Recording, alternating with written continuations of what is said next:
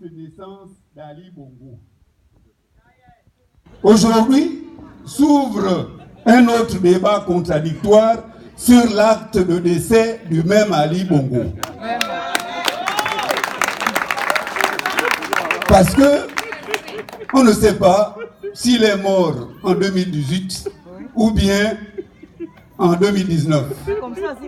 Mais pour nous, au niveau de la société civile, nous estimons et nous affirmons que Ali Bongo est mort.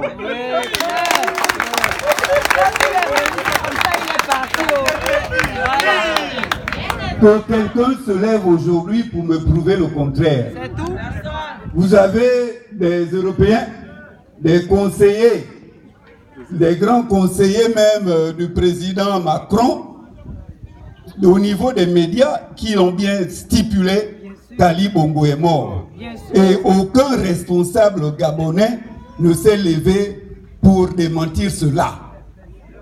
Et donc, sur ce que je dis, si vraiment Ali Bongo vit, qu'il vienne et qu'il me porte plainte et qu'on se retrouve les deux devant la barre, à partir de ce moment-là, je serai convaincu qu'il est vivant.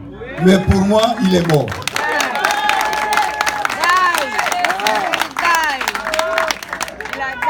Alors, pour cela, il y a des éléments tout simples. Parce que lorsque nous affirmons des choses, il faut aider l'auditoire à comprendre, à lire entre les lignes. Tout à l'heure, il y a eu un exposé par rapport un peu à ce qui s'est passé lors des prestations de serment. Alors, on va vous donner un peu une explication, un peu plutôt au niveau de la communication. Les principes fondamentaux pour une bonne communication. Elle repose sur quoi? Essentiellement sur le contact visuel. C'est-à-dire que lorsque je me mets devant vous, il faut qu'il y ait un contact visuel. Il faut qu'on se regarde dans les yeux. Ensuite, vous avez le langage corporel. Quand le contact visuel est présent, l'orateur transmet un message plutôt fort et efficace. L'auditeur peut entendre avec plus d'exactitude ce qui se dit. Et au niveau de la communication, il faut une distance physique adéquate. C'est pour cela que les émergents, sentant ce danger, ont mis la sosie d'Ali Bongo à 50 mètres pour qu'il n'y ait plus ce contact-là, pour qu'on ne puisse plus discerner. C'est à partir de ce moment, c'était fait exprès parce qu'il n'existe plus. C'est un sosie. Alors, à l'autre niveau, si vous regardez encore, parce que lorsque c'est un monde de communication, les émergents essayent de communiquer, mais il faut avoir un esprit de discernement. Si vous regardez les images d'Ali Bongo au Maroc, avec le roi du Maroc, il était sur une chaise. Ses deux pieds reposaient bien au sol, dans cette image de cette sosie.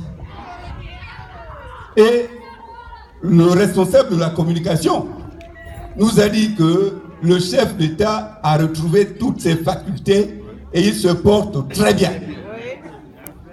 Effectivement, quand on regarde ce montage, on voit bien que la sosie repose bien sur ses deux pieds. Nous n'allons pas rentrer sur tout ce qui a déjà été décortiqué, mais j'attire votre attention sur cet aspect.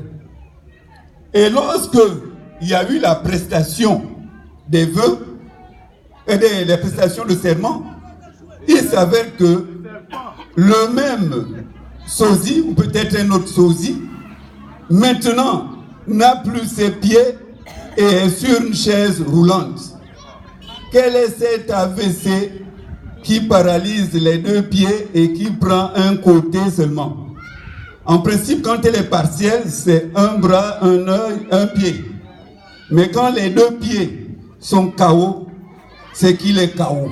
C'était un peu le message pour vous dire que Ali Bongo est KO. Il est mort. D'aïe, comme disent les autres, Adjoui, au moins. Alors, Maintenant, par rapport à ce jeu, parce que le jeu est tout simple, ce n'est pas à Jean-Ping d'annoncer le décès d'Ali Bongo. Ce sont les émergents qui doivent annoncer le décès d'Ali Bongo.